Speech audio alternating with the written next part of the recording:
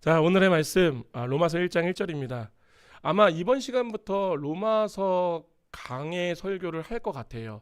그래서 로마서 언제까지는 할지 모르겠어요. 근데 지금 1장 1절부터 시작해서 하나님이 허락하신 한 해에서 쭉 가다가 그러다가 또 한 번 저희가 아까 예전에 산상수훈의 얘기 나누다 만 거 있죠?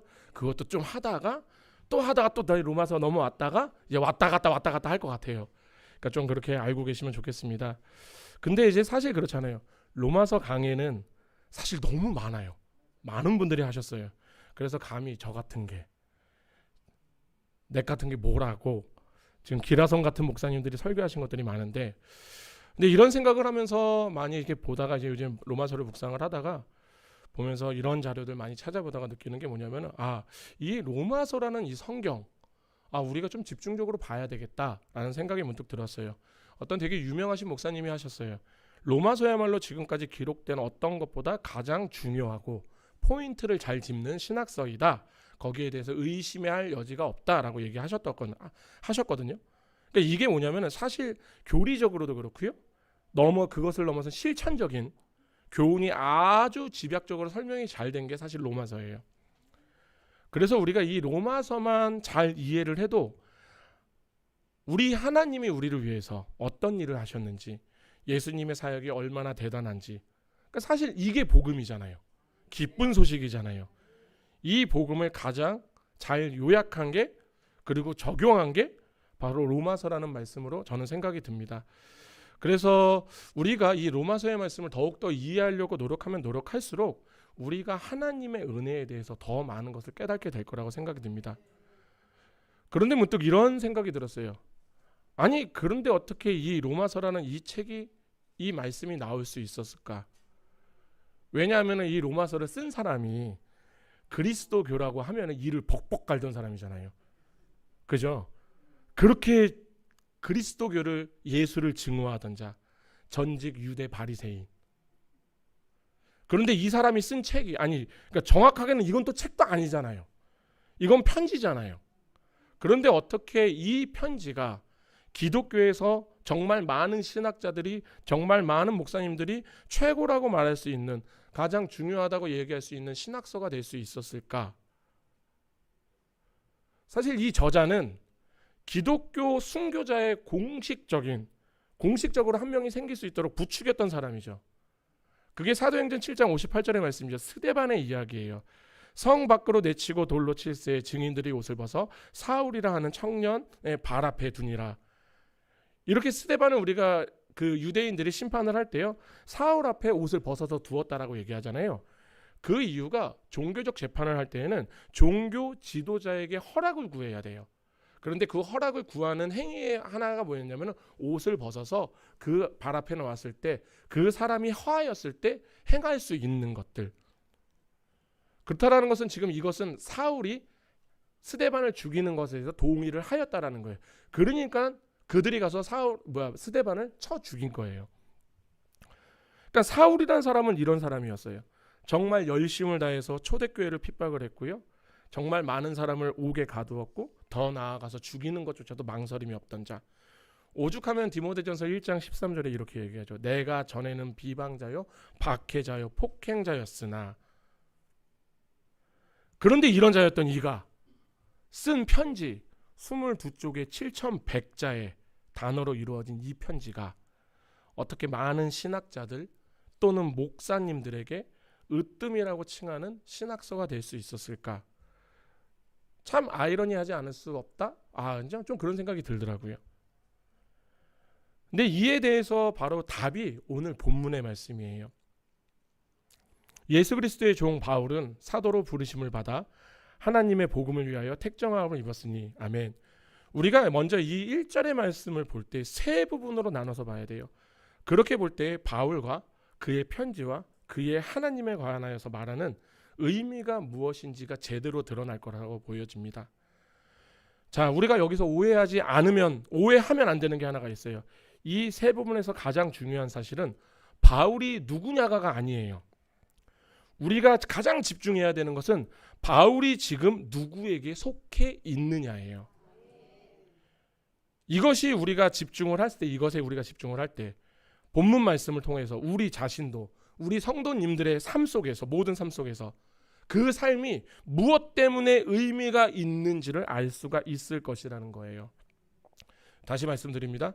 내가 누구냐가 중요한 게 아니에요. 내가 누구의 것이냐가 중요한 거예요. 이것 때문에 우리의 삶이 의미가 있어지는 거예요. 자, 우리 로마서가 쓴 저자, 그럼 먼저 이 저자가 누구인지는 우리 다 알고 계시죠? 아멘. 모르시는 분은 또 토요일 날 저하고 계속 만나야 돼요. 우리 또 성경 공부 계속 해야 돼요. 자, 바울이라는 건 우리는 다 알고 있습니다. 근데 이 바울이 지금 자신이 예수 그리스도의 종이라고 말을 하고 있어요. 근데 우리가 이 말씀을 보면은 우리는 하나 입장을 하나 선택을 해야 돼요. 어쩌면 바울은 정신 나간 사람일 수도 있죠. 정신이 헷가닥한 사람일 수도 있어요. 왜냐하면은 그리스도라 불리는 이 예수님은 기원 후 AD 30년에 빌라도라는 로마 총독에 의해서 죽었잖아요. 이에 관하여서는 일반적이고 역사적인 증거의 자료가 넘치고 넘쳐요. 근데 어떤 이들은 예수가 허구라고 얘기를 합니다. 이런 식으로 따지면 우리 이순신 장군님도 허구라고 얘기할 수 있는 거예요. 똑같잖아요. 이순신 장군님은 우리나라에만 있어요. 근데 예수님은요 전 세계에 퍼져 있어요. 그러니까 이것을 허구라고 얘기하는 것들 이렇게 생각하시면 될 것 같아요. 지금 이 땅 가운데 70억 인구가 있어요. 근데 우리와 좀 믿음이 좀 다를지라도 어찌됐든 예수를 믿는 인구가 26억에서 27억 명이에요. 그리고 예수를 인정하지만 믿지 않는 자들이, 그러니까 이들은 이슬람이죠. 이슬람은 예수님을 인정을 해요.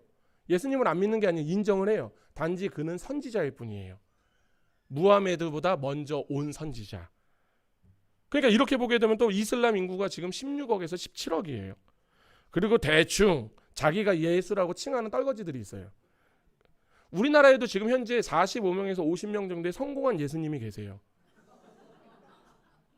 진짜예요. 진짜 지금 통계적으로 나와 있는 거예요. 그분 되게 성공하신 분들이 성공한 예수님들이에요.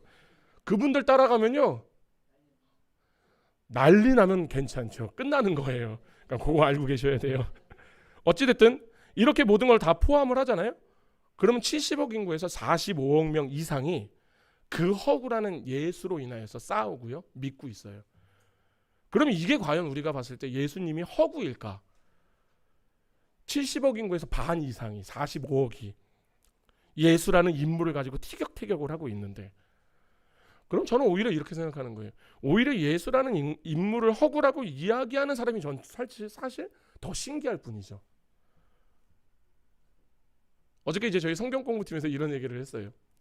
우주가 이제 막 무한하다라고 막 얘기를 하잖아요. 제가 문득 던졌어요. 가보셨어요?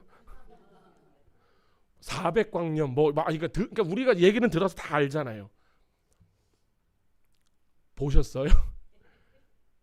그냥 문득 그런 생각이 드는 거예요. 아무것도 증명이 된 게 없어요. 그런데 그 가설들을 믿고 계속 그냥 믿는 거예요. 그냥 왜? 그 가설을 믿으면요 하나님의 창조론이 다 무시가 돼 버리거든요. 그잖아요. 40억 년을 가봤어요. 공룡이 없다라는 게 아니에요. 공룡에 대해서는 성경에서도 증언을 해요. 그렇기 때문에 우리는 거기에 대해서는 전혀 분이라는 게 아니라 단지 그것을 자기가 가본 적도 없는 수십억 년 전, 수억 년 전 얘기하고 있는 게 전 그게 참 더 신기할 뿐입니다. 그래서 오히려 진화론을 믿는 자들, 그렇게 우주에 대해서 이제 가보지도 않은 것들을 믿는 자들, 전 그런 걸 볼 때 그들이 진짜 믿음을 갖고 있는 게 아닌가. 어떻게 저런 것을 믿을 수 있지? 저게 진짜 믿음이 아닐까라는 생각도 가끔가다 해요. 여하튼 지금 이렇게 예수님은 AD 30년에 돌아가셨어요. 그런데 지금 바울은요 그 예수 그리스도가 죽은 것이 아니라 심지어 그분이 자신의 주인이 되시고 자기는 그분의 종이 되었다라고 지금 말을 하고 있는 거예요. 그럼 이 16장에서 달하는 이 로마서는 정신이 헷가닥한 사람의 넋두리일까요? 그것이 아니니까 다들 여자리에 앉아 계시는 거예요. 그죠? 지금 현재 바울은 정신이 나간 사람이 아니에요. 죽었다가 다시 살아난 동시대의 사람인 그리스도 예수에게 자신이 팔리고 소유가 되고 다스림을 받는다고 지금 증언을 하고 있는 거예요. 고린도전서 7장 23절에 바울은 이렇게 얘기합니다. 너희는 값으로 사신 것이니 사람의 종이 되지 말라. 아멘. 다시 말하면요, 예수님은 우리를 위해서 죽으심으로써 값을 치렀다라고 얘기하시는 거예요. 이 이야기는 예수님이 동네 구멍가게에서 돈을 주고 새우깡을 사듯이 그 값을 치르시기 위해 우리를 다 사셨대요. 그래서 우리 그리스도인들은요, 그리스도의 종이라는 것이에요.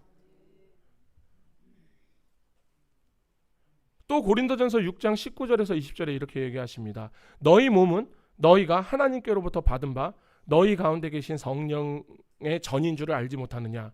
너희는 너희 자신의 것이 아니라 값으로 산 것이 되었으니 그런즉 너희 몸으로 하나님께 영광을 돌리라. 아멘. 이렇게 바울은 계속해서 그리스도께서 자신을 값주고 사셨다라고, 그렇게 그리스도가 자기를 소유했다라고 계속 이야기를 하고 있어요. 우리가 사실 종이라고 하니까 좀 어감상 좀 좋아 보여요. 근데 원어나 우리가 이 영어의 개념으로 보면은 하인의 개념이 아니에요. 사실 이 종은. 이게 만약에 하인의 개념이면 서번트가 돼야 되는데 성경이나 원어나 영어문으로 보게 되면은 항상 그 종이 어떤 형식으로 표기가 되냐면 슬레이브예요. 뭐냐면요, 노예예요. 노예는 전적으로 그 주인의 소유예요. 그래서 그때 당시에 노예는요, 무엇이었냐면 그 주인의 재산이었어요. 그러니까 지금 바울은요, 자신이 예수님의 노예가 되어서 완전히 묶인 자예요. 예수님이 풀어주기 전까지는 절대 풀릴 수 없는 자. 우리 예전에 그 우리나라에서도 있었죠. 그 노예 문서 아무튼 그거 있잖아요. 그 해갖고 그거를 풀어주지 않는 이상 그래서 도망가면 막 그래서 추노 열심히 막 보셨고, 맞죠? 제가 모를 것 같나요? 다 알아요. 제가 추노 열심히 보셨던 거 알아요. 그러면 이 말은 또 무슨 말이냐면요, 살아계신 그리스도께서 바울을 지금 다스리고 있다라는 이야기예요. 그래서 갈라디아서 1장 10절에서 바울은 이렇게 이야기합니다. 이제 내가 사람에게 좋게 하랴 하나님께 좋게 하랴, 사람들에게 기쁨을 구하랴 내가 지금까지 사람의 기쁨을 구하였다면 그리스도의 종이 아니니라. 아멘. 다른 말로 하면요, 그리스도의 종이 되는 것은요, 다른 누군가에게 기쁨이 되는 게 아니에요. 오직 그리스도만 즐겁게 하는 거예요. 온전하게 하나님께, 예수님께 순복해야 된다는 이야기예요. 그리고 우리가 알고 있는 바울은 참 그래 왔죠. 참 하나님만, 예수님만 즐겁게 하는 자였어요. 어찌 보면 세상적으로 아니면 유대교적으로 사람들을 더 즐겁게 할 수 있는 능력이 출중한 자는 사실 바울이었어요. 그잖아요. 만약에 바울이 바리새파로에서 쭉 나갔으면 전 제가 장담할 수 있는데 가말리엘을 뛰어넘는다고 하면 안 되나? 아무튼 그 정도의 그 정도의 사람이 될 수 있지 않았을까라는 생각을 해요. 그런데 바울은요, 사람을 보지 않았어요. 오직 예수의 종으로서 예수만 기쁘게 하는 자였죠. 바울은 이렇게 자신이 예수 그리스도께서 값주고 산 소유물이며 그분의 다스림을 받는 사람이라고 이해하고 있는 것이에요. 근데 이것은 우리가 이렇게 이해하는 것이 아니라 바울이 스스로가, 자기 스스로가 이렇게 이해를 아예 하고 있는 거예요. 로마서가 기록되기 25년 전에 범죄자로 몰려서 사형을 당한 사람. 그런데 이 사람에 대해서는 4절에서 이렇게 얘기하죠. 성결의 영으로 죽은 자 가운데서 부활하사 능력으로 하나님의 아들로 선포되셨으니 곧 우리 주 예수 그리스도시니라. 아멘. 이렇게 죽은 자들 가운데서 다시 살아나고 하나님의 유일한 독생자로서 권세를 지닌 바로 그 사람이 나의 소유자다 라고 바울은 지금 자신 있게 이야기하고 있는 거예요. 자, 우리 성도님들은 어떠십니까? 우리도 예수님의 소유이십니까? 우리도 예수님이 나의 소유주임을 인정하시고 계십니까? 우리가 진정 하나님의 소유로서 예수 그리스도께서 죄값을 지불하시고 그렇게 사신 우리가 그분의 종이라면은, 사실 우리 종이라는 사람들은 불평불만이 없어야 돼요. 있을 수가 없어요. 어떤 노예가 주인이 야 너 이거 해. 에이 왜 그러세요. 제가 오늘 시간이 바빠서요. 제가 어저께 하던 일이 있어서요. 아유 제가 오늘은 몸이 좀 안 좋네요. 등등등등. 이런 말도 안 되는 상황은 절대 벌어질 수 없는 거예요. 사실은. 노예는요 밥만 주면 해요. 오늘 하루 밥 3끼만 주어도 저는 달려갑니다. 그러니까 하나님께서 얘기해요. 너희가 구하라 그런 거 하지 마. 내가 다 알아. 너희들이 뭐가 필요한지 다 알아 얘기하잖아요. 그런데 우리 계속 다른 거 달라고 하고 있죠. 하나님은 다 아셔갖고 우리에게 오늘 야채죽 줬는데 우리는 계속 스테이크 먹고 싶다고. 아유 야채죽은 나 안 먹겠다고. 그러니까 사실 이 행동이 정말 말도 안 되는 행동인 거예요. 하나님이 보시기에. 그러니까 세상 사람들조차 이 하나님을 안 믿는 사람조차도 알아요. 그러니까 우리에게 그렇게 욕을 해요. 물론 그들이 알고 있는 선의 개념과 우리가 알고 있는 선의 개념은 다르죠. 그런데 어찌됐든 그들은 그리스도인들이 자신들보다 더 높은 윤리적인 기준과 도덕적 기준으로 우리를 보려고 해요. 그래서 실상 있잖아요. 우리가 그러니까 다른 사람이 가다가 침을 뱉거나 껌을 뱉거나 쓰레기를 버리잖아요. 괜찮아요. 그런데 예수 믿는 사람이 버리잖아요. 그렇게 욕을 해요. 그렇잖아요. 인정하시죠? 그러니까 우리가 이럴 때 근데 심지어는 우리가 이렇게 살아가잖아요. 우리가 하나님 안에서 그 종됨으로써 제대로 못 살아가잖아요. 예수 그리스도의 종으로서 제대로 못 살아가면 또 욕은 누가 먹어요? 우리가 안 먹어요. 만약에 제가 개판을 치고 있어요. 그럼 누가 욕 먹을 것 같아요? 예수님이 욕 먹죠. 그 전에 또 누가 욕 먹을 것 같아요? 하나님. 그 전에 누가 욕 먹을 것 같아요? 우리 엄마가 욕 먹겠죠. 애를 어떻게 가르친 거야?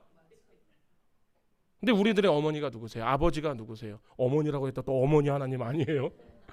우리들의 아버지가 누구세요? 하나님이시죠.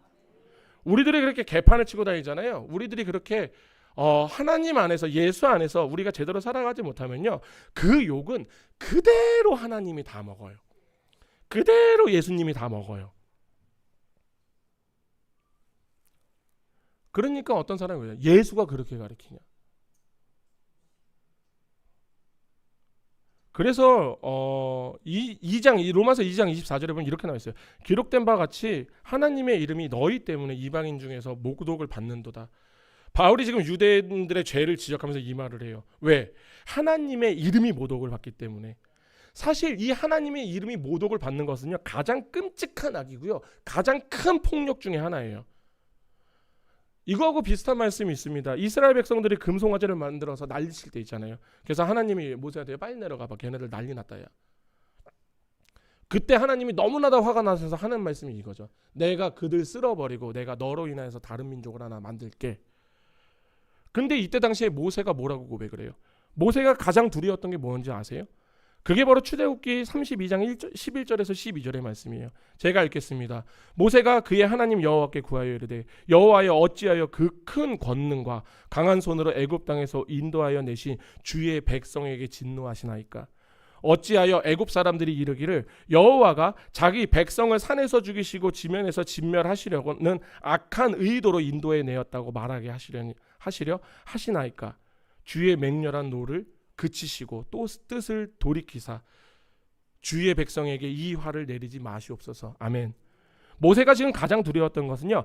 하나님이 이스라엘 백성을 죽이는 게 두려운 게 아니에요. 그렇게 죽임으로써 애굽 사람들이 야 봐라 니네 하나님이 너네들 다 이 광야에서 죽이려고 끌고 나온 거야. 니네 하나님이 이렇게 악한 하나님이라고 모독을 할까 봐요. 욕을 할까 봐요.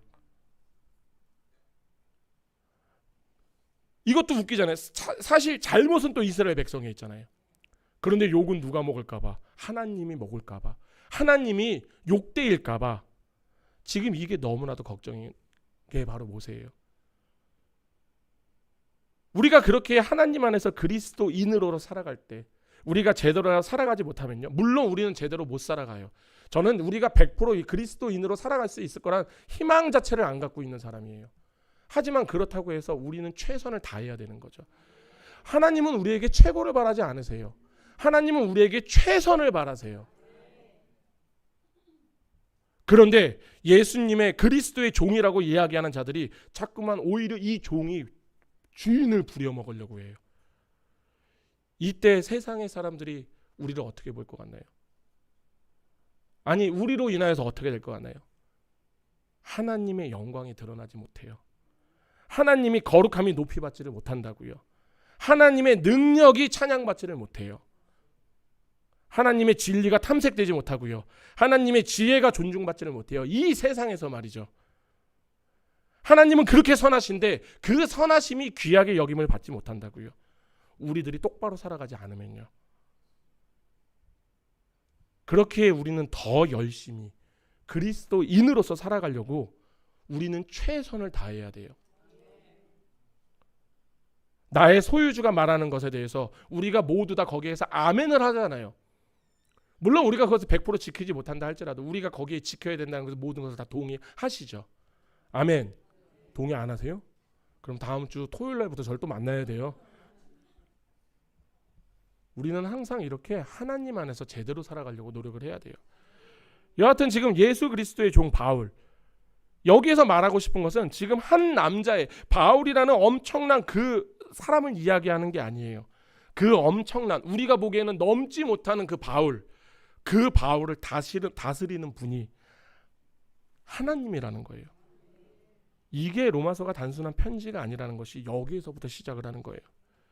두 번째로 바울은 예수 그리스도의 종뿐만 아니라 바울은 사도라고까지 부르심을 받았다라고 합니다. 예수님께서 값을 치르시고 사서 소유하셨어요. 그리고 이제 다스릴 뿐만 아니라 그를 또 부르셨대요. 바울의 존재 가치는 자신이 했던 일을, 그러니까 자신이 했던 일이 아니에요. 지금 자신에게 행하여진 일만 하고 얘기를 하고 있는 거예요. 예수님이 자기를 사서 소유하신 그 일. 제가 다시 한번 강조합니다. 이것은 바울 자신이 행한 일을 이야기하는 것이 아니에요. 지금 바울 자신에게 행하여진 일을 지금 바울이 이야기하고 있는 것. 그러니까 이곳에서도 역시 주인공은 바울이 아니에요. 하나님이 주인공이에요. 그렇게 우리가 이 로마서를 통해서 바울이라는 엄청난 사람을 통해서 그 엄청난 바울을 보는 것이 아니라 그를 통하여서 역사하신 하나님의 사역을 바라봐야 되는 것.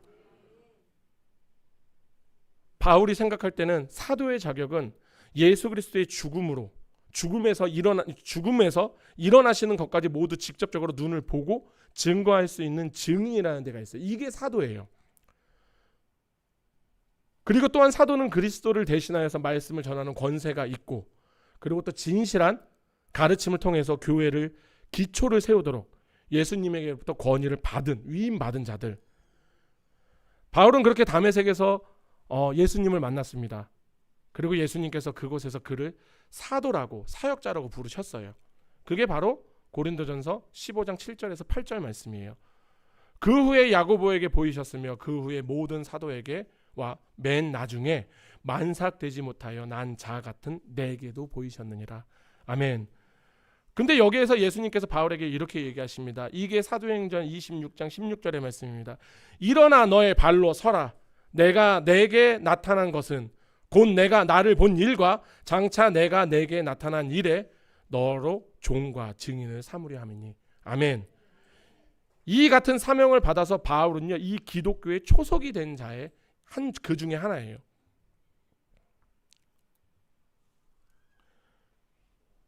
그리고 모든 사도들의 글 중에서, 물론 그 모든 사도들이 쓰신 성경은 다 중요해요. 너무나도 중요해요. 그런데도 그 중에서도 많은 신학자들이 얘기한 로마서만큼 그 말씀이 없다라고 얘기하는 것. 로마서 자체가 위대한 복음의 성경적인 그 모든 것들을 다 축약적으로 요약을 제대로 하고 있다라는 거예요. 그렇게 바울은 자신이 사도로 부르심을 받았으므로 교회는, 또 우리는 로마서를 단순한 사람의 말이 아니라 그리스도의 말씀으로 제대로 받아들이고 우리가 이것을, 저는 이렇게 말씀드리고 싶어요. 흡수를 해야 돼요. 어떤 이들은 로마서의 말씀을 가지고 바울이 굉장히 대단한 것을 막 전해요. 이게 저는 물론 바울은 우리가 닮아가야 되는 믿음의 선진이 맞아요. 그런데 지금 로마서를 바울을 통하여서 쓰신 것도 하나님이시에요.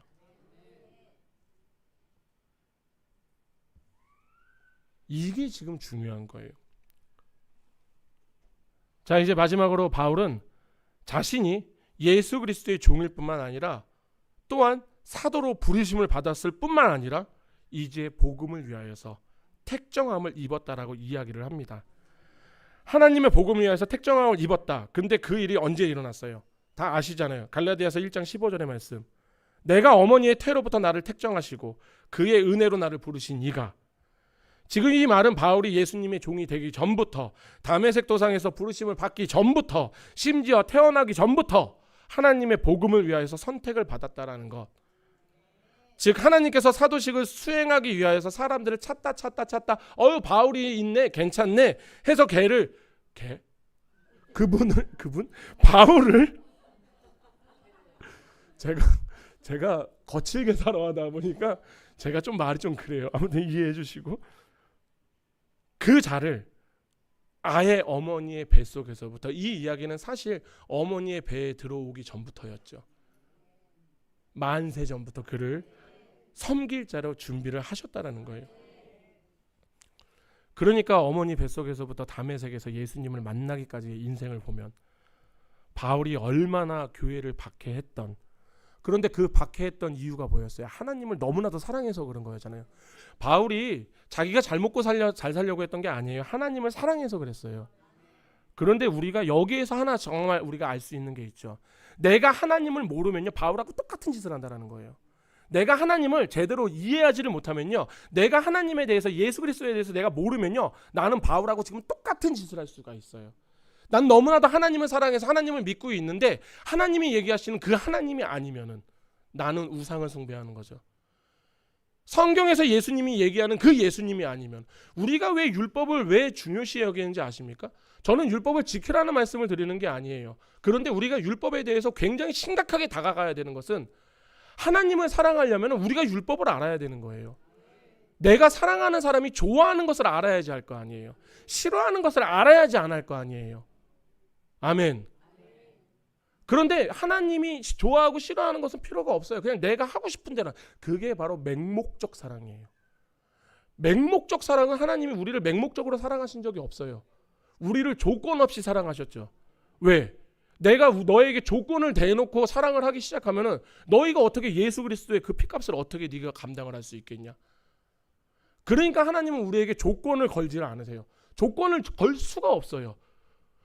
이 전 세계, 이 우주를 통틀어서도 예수님의 목숨과 그 값이 저울질이 안 되잖아요, 사실.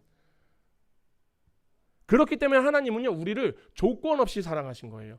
근데 목적은 있으시죠. 그 목적이 뭐예요? 우리가 하나님을 찬양하기 위하여서, 그게 우리가 만들어진 목적이에요. 제가 누누이 말씀드렸잖아요. 그래서 우리가 예수님의 피값으로 우리를 샀기 때문에요, 우리가 하나님의 백성이, 하나님이 끝까지 구원하시는 이유는 딱 하나예요. 내가 내 아들을 죽여서 널 살렸는데 내가 널 놔줄 것 같아? 네가 정말 아무리 못해도 내가 널 두둥겨 패서라도 내가 데리고 가. 내가 널 영원히 부려먹을 거야. 어디에서? 천국에서. 영원토록. 어떻게? 내가 너에게 영원토록 예배를 받을 거야. 너 기대해라. 이 말씀이 우리에게 굉장한 위로가 되는 거예요. 하나님이 말씀하시는 거예요. 내가 너한테 그러니까 지금 우리가 예배를 드리다가 혹시나 오늘 피곤한데, 큰일 나요. 천국 가면 영원히 예배 드려요. 그러니까 자는 시간이 있을지 없을지 모르겠어요, 제가. 근데 만약에 자는 시간이 없으면요, 큰일 나요. 우리 천영강 전사님은 정말 큰일 나요. 찬양 사역자잖아요. 영원히 찬양해야 돼요. 난리 나는 거예요. 우리 다 난리 나는 거예요. 그러니까 우리가 예배가 우리는 즐거워야 되는 거예요. 찬양이 우리의 기쁨이 돼야 되는 거예요. 그렇기 때문에 성령님이 임하셨을 때, 오순절 강림 사건이 일어났을 때 거기에서 가장 먼저 나타났던 이 일이 뭐예요? 그들이 모이기를 힘썼더라. 그리하여서 성만찬을 하였더라. 그 이야기가 뭐냐면, 성령이 임하시면 가장 먼저 우리들의 일어나는 일이 무엇이냐면 하나님을 사모하는 거예요. 하나님께 예배드리는 거예요. 그렇게 이 자리에 있으신 줄을 저는 믿습니다. 혹시 아니신 분은 저하고 토요일 날마다 만나야 됩니다. 지금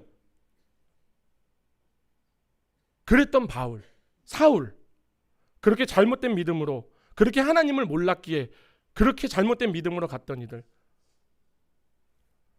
그런데 하나님께서 또 그를 또 뒤집어 놓으셔서, 그럼 우리가 알고 있는 바울을 함께 생각하면 지금 이 로마서의 말씀은 사실상 굉장히 충격적인 말씀인 거예요. 그래서 이 로마서의 가장 첫 말씀에 우리가 여기에서 바울의 로마서 11장 33절에서 36절에서 하나님을 찬양하였던 그 심오한 지혜와 광대함을 우리가 엿볼 수 있는 거예요. 33절에 이렇게 나옵니다. 깊도다 하나님의 지혜와 지식의 풍성함이요 그의 판단은 헤아리지 못할 것이며 그의 길을 찾지 못할 것이로다. 아멘. 이렇듯이 하나님은 우연히 교회를 세우신 게 아니에요.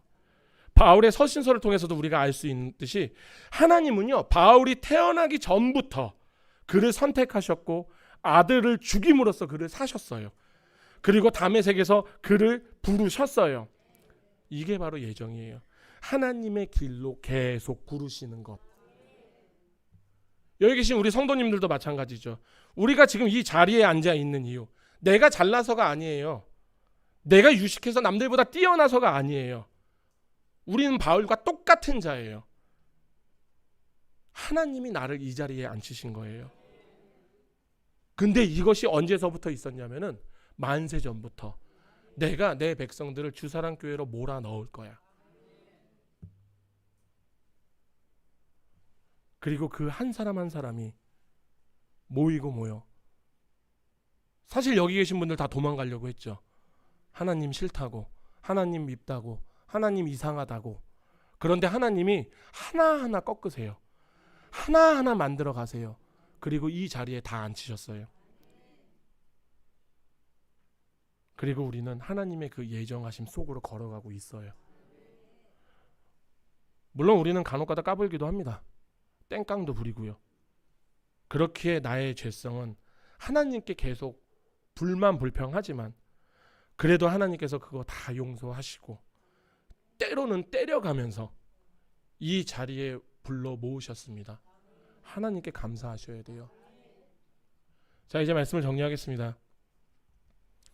1절의 말씀을 보면 마치 로마서가 바울에 관한 서신인 듯한 그렇게 설교하시는 분들도 간혹가다 계세요. 그런데 이 모든 문구 하나하나를 보면요, 이 이면 뒤에 위대한 분이 계시다라는 게 다 드러나요. 하나님의 아들을 죽이심으로써 바울을 사셨고요, 사도로 부르셨고요, 심지어는 이 모든 것들을요 하나님께서 태어나기 전부터 택정하여서 예정하셨대요. 이 모든 것이 하나님의 복음을 위해서 행하여진 것. 이게 얼마나 감사한 거냐면요, 이 땅이 만들어지기 전에 이미 여기 계신 우리 성도 한 사람 한 사람이 하나님께서 이 하나님의 앞으로 모으기 위하여서 다 하나님의 길을 가게 만들어 놓으셨다라는 거예요.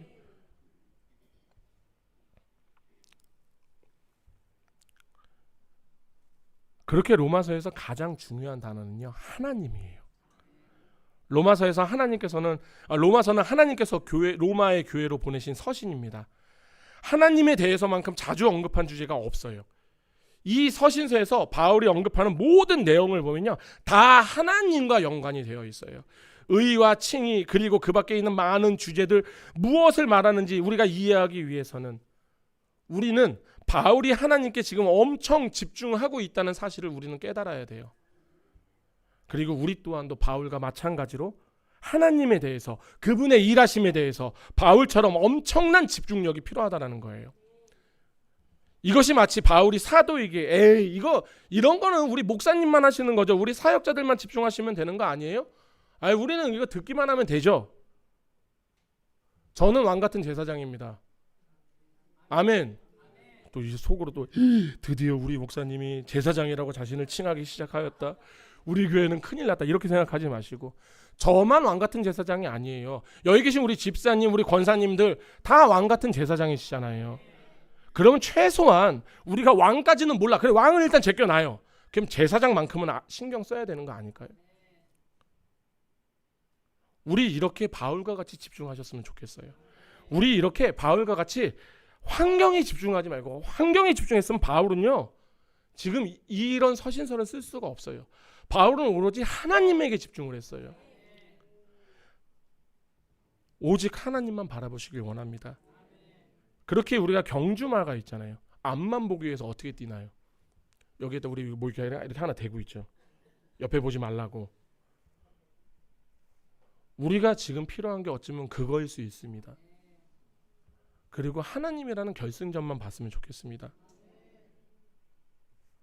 결국 로마서는 하나님에게서 나왔고요. 또 하나님을 통해서 왔으며 또 마지막까지 하나님을 향하고 있어요.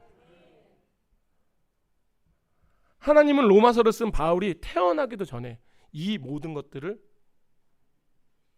준비하셨다라는 거예요. 그리고 그를 위하여서, 우리 한 사람 한 사람을 위하여서, 또 독생자의 죽음을 통하여서 바울과 그리고 또 우리들의 자유를 사셨습니다. 아멘. 그리고 그렇게 바울에게 복음이 전파됐고요.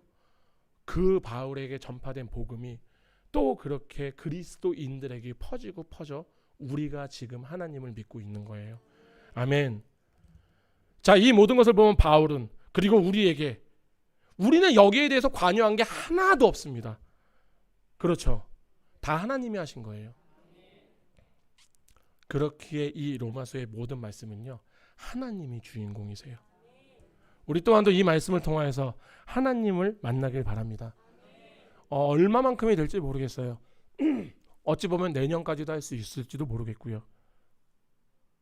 그런데 이렇게 말씀을 하나하나를 통하여서 우리가 로마서를 이해하고 이해할 때마다 그렇게 하나님 앞에 한 걸음씩 더 나아갈 거예요. 또 그렇게 하실 성령님을 기대하셨으면 좋겠습니다. 기도하시겠습니다. 할렐루야. 거룩하신 주님, 예수 그리스도의 이름으로 오늘 아버지의 말씀을 나눴습니다. 주님, 내세울 것 아무것도 없습니다. 모두 다 하나님이 하셨습니다. 그렇게 하나님께서 예수 그리스도를 통하여서 우리를 사셨고 우리를 부르셨고 그렇게 우리를 이끄십니다. 주님, 이제 우리가 이 로마서를 통하여서 하나님을 더욱더 알기를 원합니다. 그리고 더 나아가 이제 하나님을 전하기를 원합니다. 때로는 말씀으로, 때로는 행함으로. 주님, 우리가 그렇게 할 수 있도록 주님께서 우리를 이끌어가 주시옵소서.